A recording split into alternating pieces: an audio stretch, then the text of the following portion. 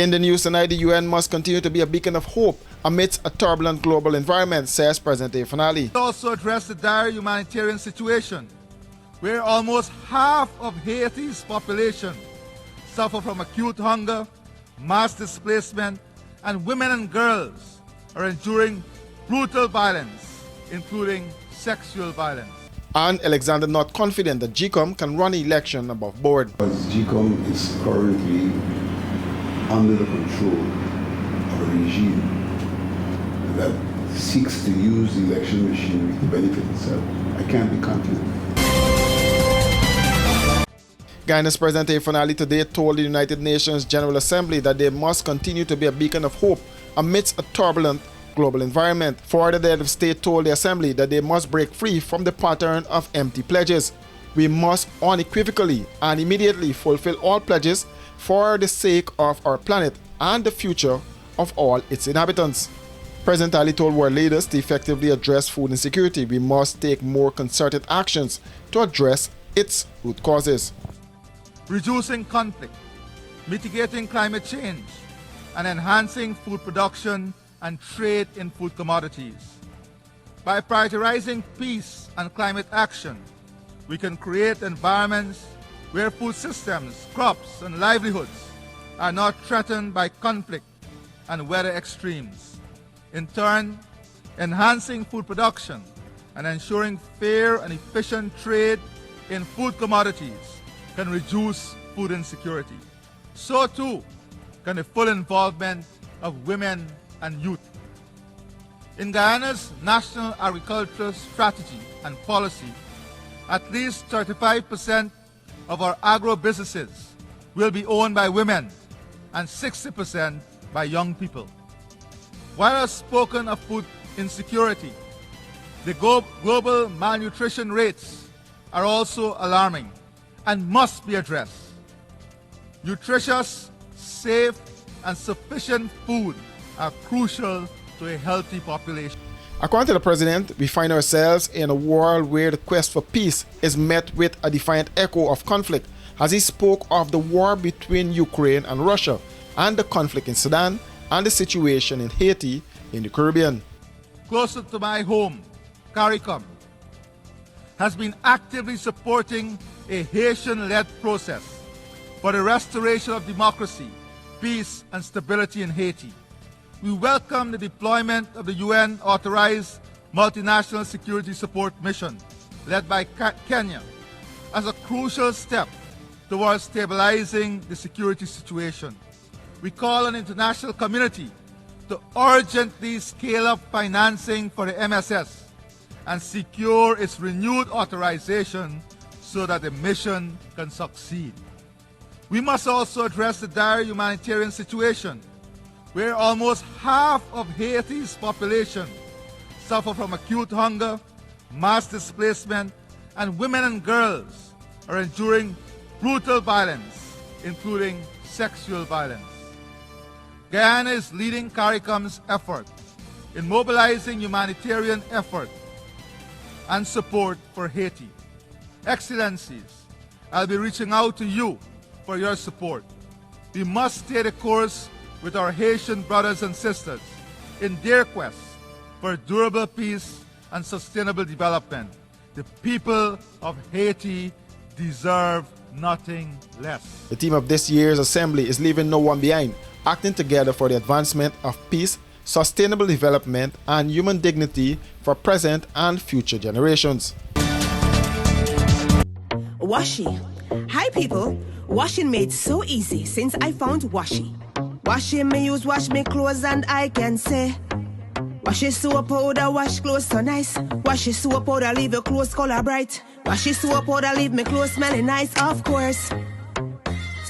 So give thanks to Washi soap powder for doing my laundry right. Keep my clothes color bright. Have me clothes smelling nice for sure. I could not ask for more. Comes in lemon and original. It is a washing machine in a pack. Washi soap powder wash clothes so nice. Washi soap powder leave your clothes color bright. Washi soap powder have my clothes smelling nice, of course. Distributors located in the Stabrook Market.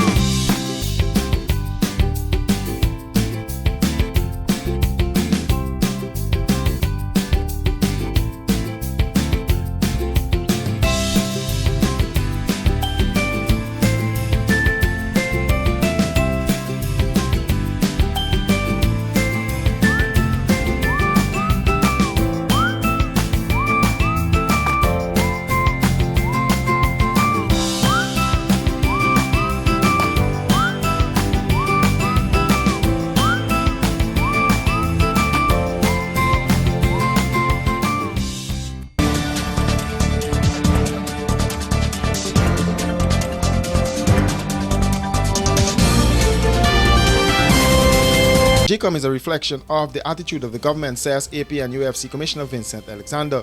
He noted that what has happened within GCOM is a dysfunctional commission.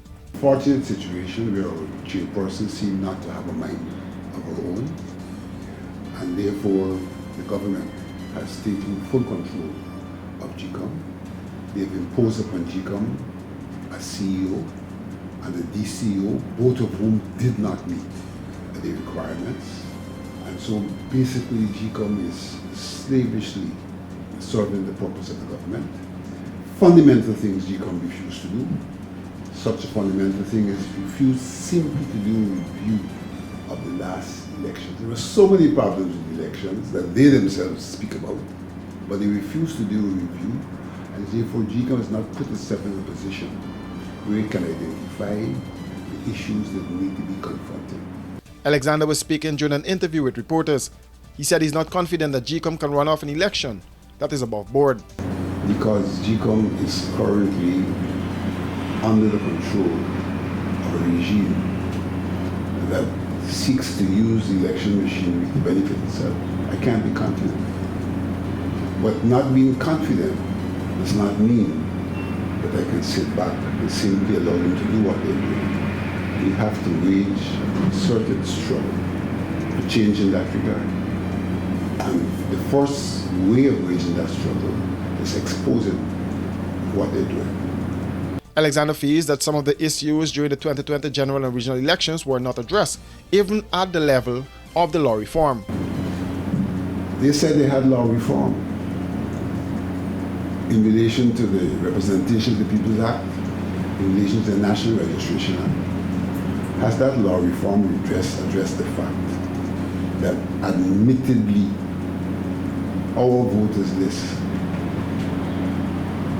includes tens of thousands of dead people who live overseas?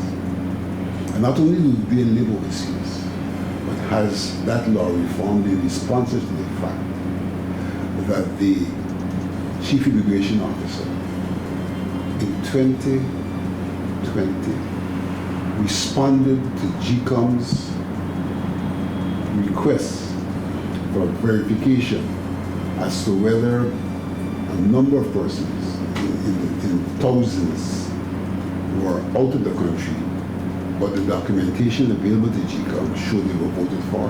The reform has not responded to that. That is a fact.